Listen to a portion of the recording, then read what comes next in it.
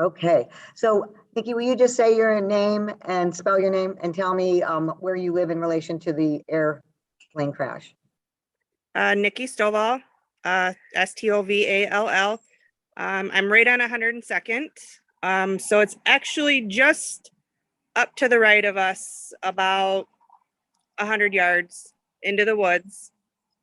So real close. What did you guys see or hear? I was actually in the kitchen getting dinner ready, and you could hear the engine stall out in the plane and then hear the crash. Two of my daughters actually saw the plane come past our living room windows going down. Did they actually then hear the crash? Could you see where the plane landed from where you were? We could not. I had actually quick grabbed my shoes and went out our basement door towards where I thought it had crashed because it was so loud. I thought it was right here in our backyard, but it had been just across the street from us. And we were told it was in somebody else's yard. Do you know if that's true? Yes, it was in their backyard. So your neighbors, it landed in your neighbor's backyard? Yes.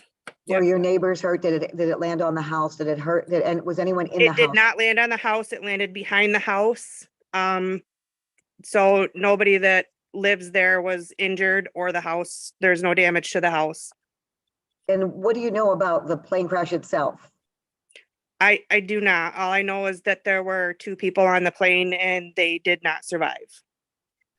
Living close to the airport, have you ever had like close calls like that by your house before? Never have we had something like this happen. And I was telling my husband, it was something like you see straight out of the movies. You hear the engines, then you hear the crash. And I mean, it was very crazy because my daughter, she said, "Mom, I just saw the plane go past the window." I just muted myself because people were talking in here. So no, that's fine. I'm going to ask you that one more time. Living close to the airport, have you ever experienced like a plane fly so close or a close call? No, never. And with living in the country, there's always the planes that fly out from the airport to spray because we live out in the country with all kinds of crop around us. But we have never had something like this before. What is the situation now? Are they still there in the neighborhood? There are still a lot of police going by. There were fire trucks, few ambulances, a lot of state police, Oceana County police. They're up and down our road still. What about for your daughters? I mean, like, how do you talk to them about that? Or what do you say? We were all worked up. I really don't know what to say. They just, it's kind of hard to say because my husband and I drove up there when everybody was pulling in, and that's when we were told that there were fatalities. Just that, we're very thankful. I am very thankful that it didn't land in our living room. Is there anything else that you can tell me or you want to tell us? We'll have this on our 11 o'clock news tonight to let our viewers know what it's like in your neighborhood, in your yard right now. It's to live in a small community. We have so many people driving by just to see, with it being so close, all our neighbors are in contact with each other, checking in on each other. And, it's hard if it's a local family.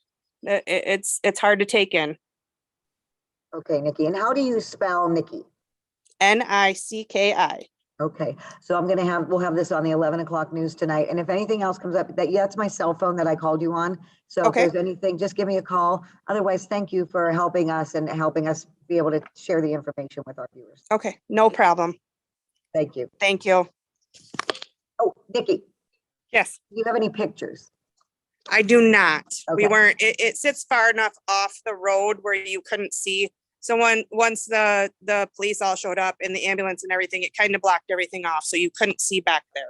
Alrighty. All right. Thank you again so much. Like I said, call me or I'll call you if I have any other questions. I appreciate it.